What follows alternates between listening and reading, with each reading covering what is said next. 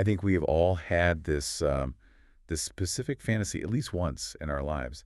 You walk into a crowded room, maybe it's a high-stakes negotiation, or maybe it's just a really chaotic dinner party, and you scan the room, The scam. the scan. And in seconds, you just know. Yo. You know who's secretly having an affair. You know who's lying about their Q4 numbers, who is desperate to leave but is, too polite to say so. You're the smartest person in the room. And you haven't even said a word yet.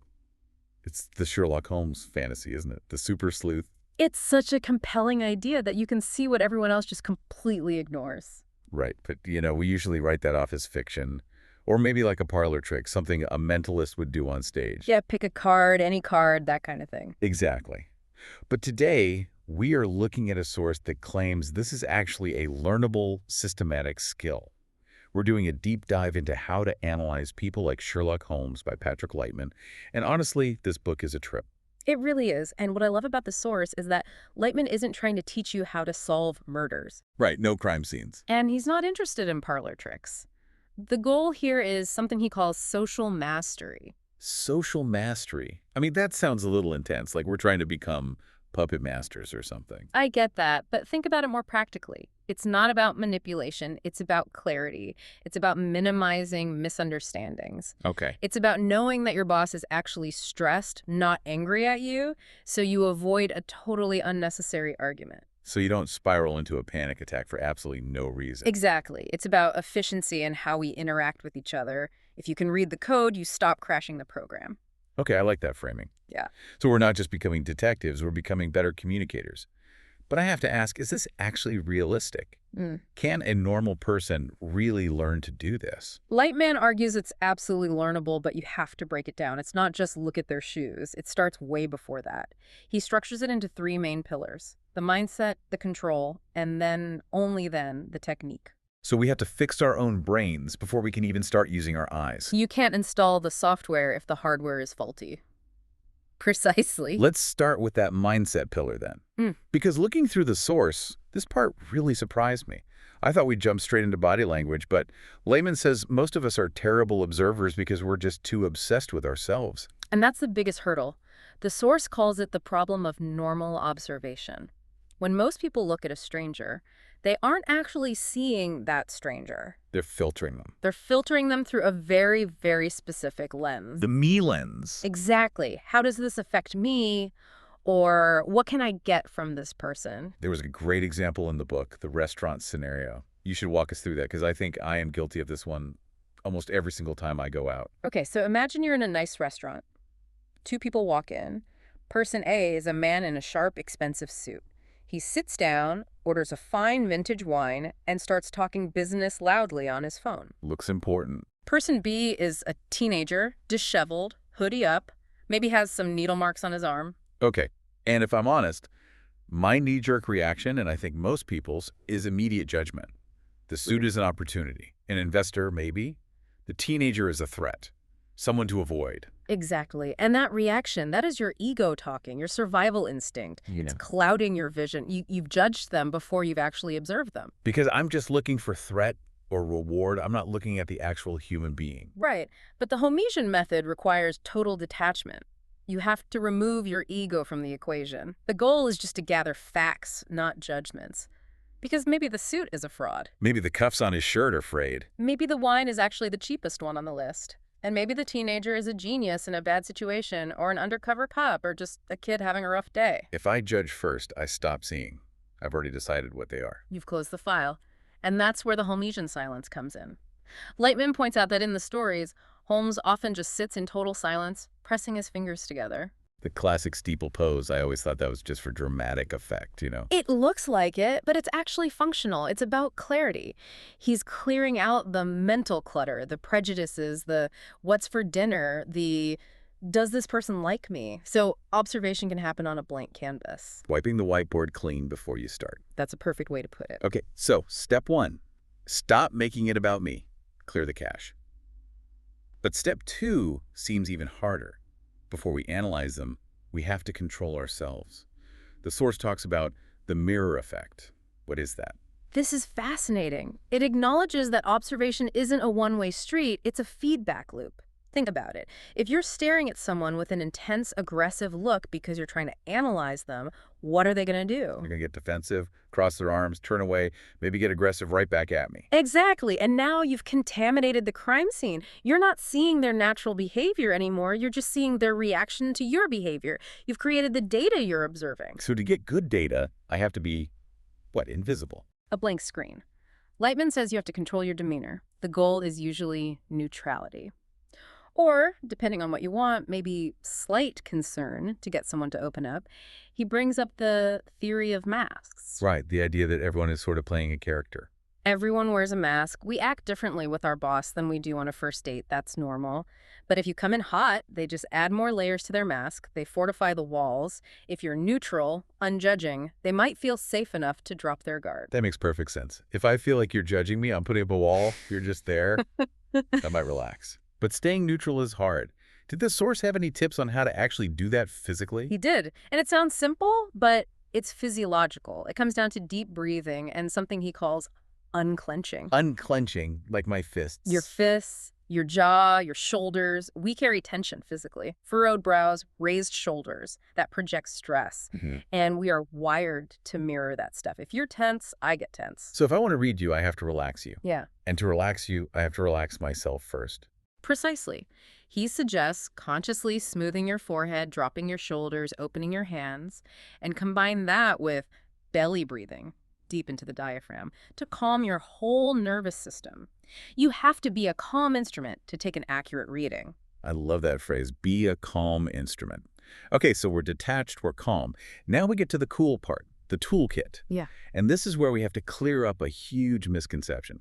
Sherlock Holmes, he didn't actually use deduction. Not usually, no. Even Conan Doyle got the terminology mixed up. We always hear master of deduction, but deduction in logic is taking a general fact and applying it to a specific case. Give me an example of that. All men are mortal. Socrates is a man, therefore Socrates is mortal. You start with the rule, apply it, get the answer. It's top down. Okay, and that's not what Holmes does. No. Holmes uses induction. He takes specific tiny details, the crumbs, and builds them up into a general theory. He starts with the evidence, not the rule. It's bottom up. So instead of starting with the answer, he starts with, like, the dirt on the shoe. Exactly. And the classic case study here is the first time he meets Dr. Watson. It's iconic. Holmes takes one look at him and says, "You've been in Afghanistan, I perceive?" Which totally blows Watson's mind. It looks like magic. Right. But later, Holmes breaks it down. It wasn't a guess. He saw specific data points and chained them together. Okay, let's walk through those data points because this is the blueprint. So Holmes looks at Watson. First, he sees a man with a medical air, but the bearing of a military man. So, hypothesis 1, army doctor. Simple enough. Then he looks at his face. It's tanned, but, and here's the key detail, his wrists are fair. Ah, the wrists. Which means that's not his natural skin tone. He's been somewhere hot and sunny. Correct. Then he sees Watson's face is haggard. He's been ill or through hardship. He sees the left arm is held stiffly. He's been injured. So an English army doctor, recently injured and sick, coming back from a tropical climate. And at that specific time in history, late 19th century, where could an English army doctor be coming from that fits all those criteria? Afghanistan. Exactly. Specific details leading to a general conclusion. That is induction. It's like reverse engineering a person's life. Yeah. But to do that, you need to know what to look for. Lightman distinguishes between two types of traits, right? Fluid and non-fluid. This is a crucial distinction. Fluid traits are things that change. Your clothes, your grooming, these tell you about a person's current state. They're choices for today. And non-fluid. Non-fluid traits are the permanent marks, the history. Wear patterns on a watch strap, scuff marks on boots that have been there for years. The book mentioned the watch strap. If it's worn out in one specific hole, it shows routine.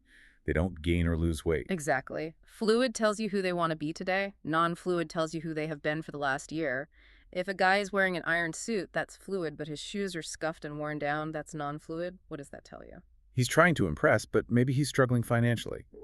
Or he's just careless with the details despite the surface appearance. Exactly. The non-fluid trait often reveals the truth the fluid trait is trying to hide.